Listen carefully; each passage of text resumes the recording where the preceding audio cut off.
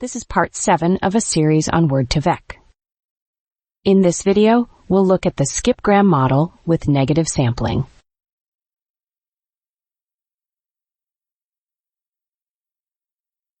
Training a CBOW or SkipGram model using standard Softmax is computationally expensive. The Softmax function computes a probability distribution over all possible words in the vocabulary. This can be very expensive when the vocabulary size is large. To address this issue, hierarchical Softmax was developed, enabling Word2Vec models to train successfully in a reasonable amount of time, even on very large datasets. Another way to solve this problem is to use the negative sampling technique. This is the topic we will cover in this video.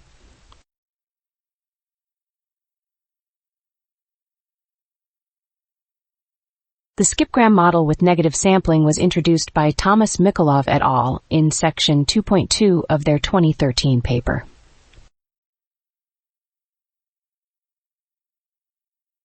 The objective function of this model is as follows, which we will explore in more detail later.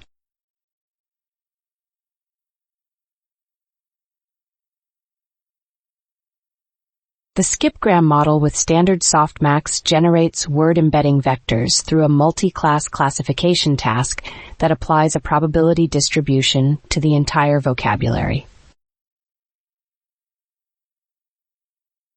When a target word is input to this model, the model outputs a Softmax distribution of the entire vocabulary and updates the word embedding vector of the target word in order to maximize the probability of the context word. In contrast, the SkipGram model with negative sampling does not compute the probability distribution. Instead, it focuses only on the observed target context pair and randomly chosen pair. This is called a positive pair, and this is called a negative pair. When a positive pair is input to this model, it outputs 1, and when a negative pair is input, it outputs 0. That is, this model performs binary classification. Instead of paying attention to the entire vocabulary, this model learns to distinguish between real target context pairs and noise pairs. This model only cares about strengthening the association between the target and context words, and not about finding the probabilities of all other words. This can significantly reduce the training time of the model. The ultimate goal of the SkipGram model is to obtain word embedding vectors, not the probability distribution of words.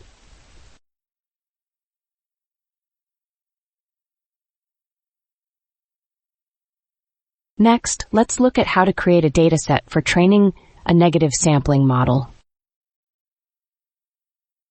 Let's say we have the following text corpus.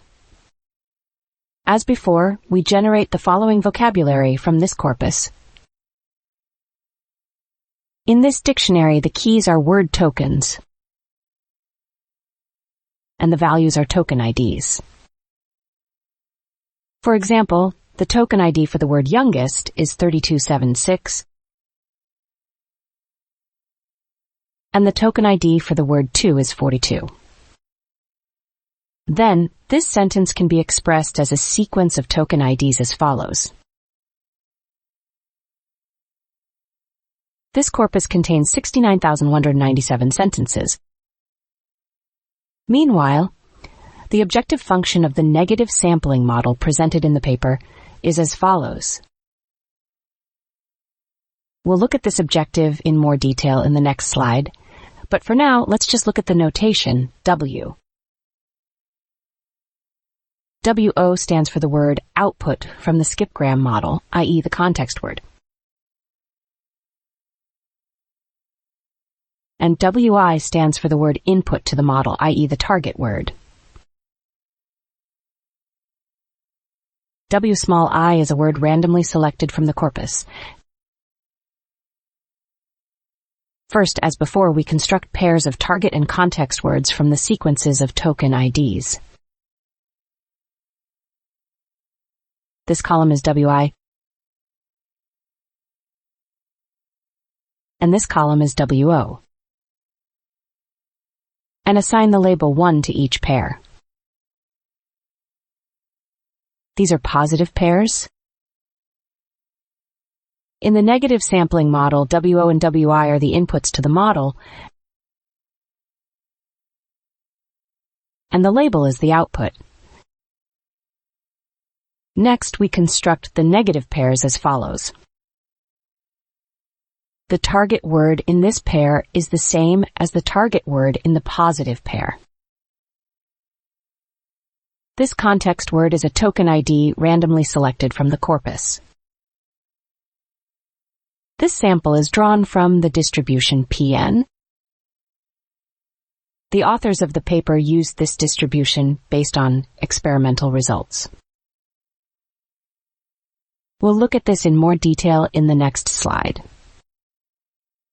This column is W small I in this function. In this function, K represents the number of negative pairs per positive pair. The experimental results in the paper indicate that values of K in the range 5 to 20 are useful for small training datasets.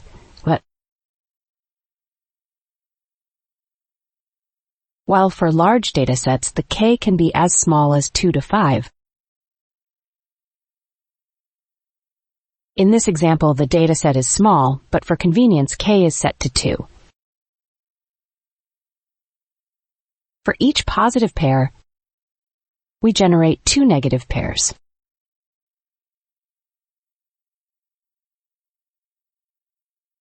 And assign the label 0 to each pair. The label 0 indicates that this is a negative pair. The 2 words in a positive pair are semantically and syntactically related. But the 2 words in a negative pair are unrelated. The number of negative samples is K times greater than the number of positive samples. Next, we merge these 2 datasets into one. Next, we randomly shuffle this dataset. This is the dataset for training the negative sampling model.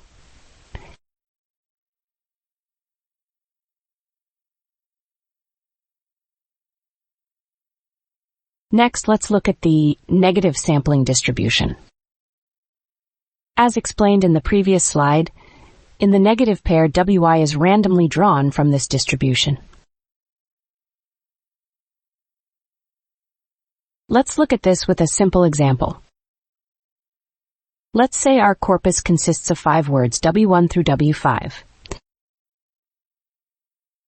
Let's say that the token ID of each word is as follows, and the frequency of occurrence is as follows. The unigram distribution for negative sampling is computed as follows. Here, UW represents the frequency of the word. Unigram distribution refers to the probability distribution of single words within a given text corpus. It represents the frequency of each word independent of its context. The first element was calculated as follows. W small I can be drawn from this distribution. High-frequency words are selected more often, and low-frequency words are selected less often. It makes sense to use this distribution because the more frequently a word appears, the less likely it is to be related to the target word. This time, let's use the unigram distribution raised to the power of 3/4. This distribution is calculated as follows. The first element was calculated as follows. You can see that the distribution values of low-frequency words increase slightly, and the distribution values of high-frequency words decrease slightly. According to the paper, this outperformed significantly the unigram distribution.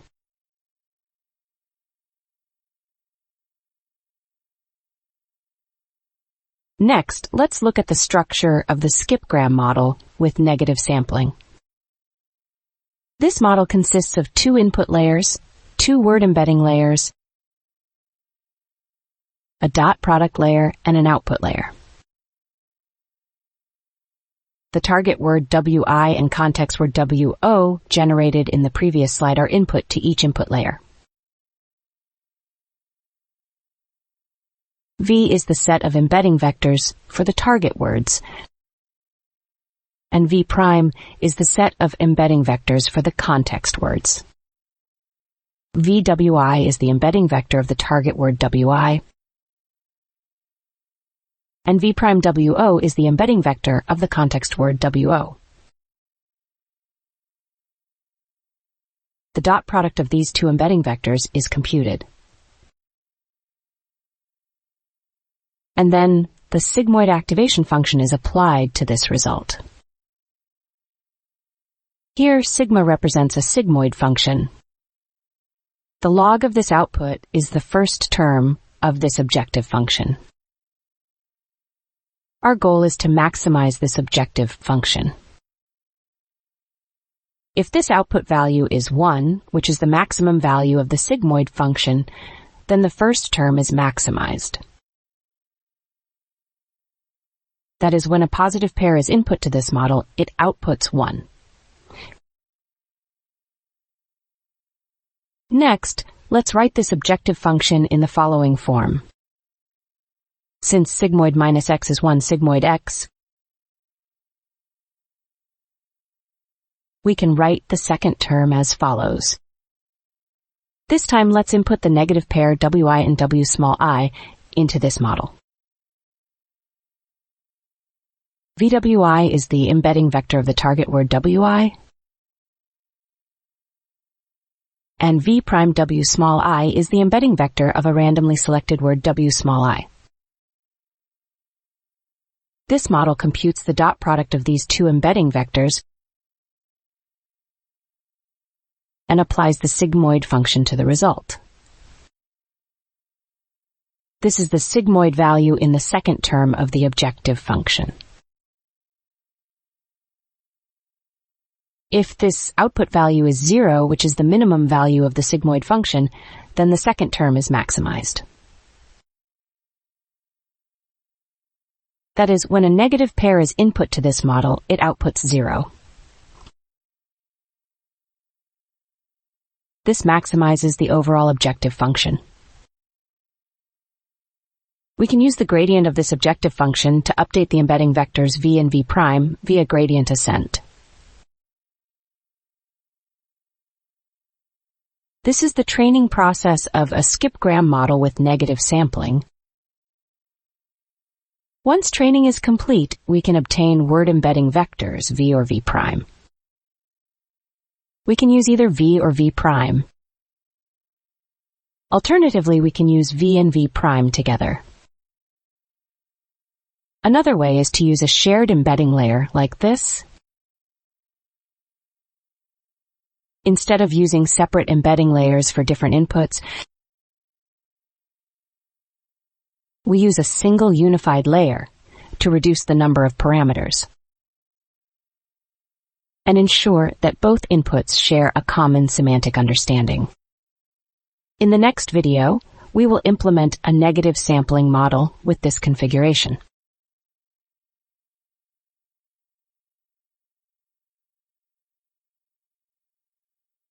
In this video, we looked at the structure of the SkipGram model with negative sampling.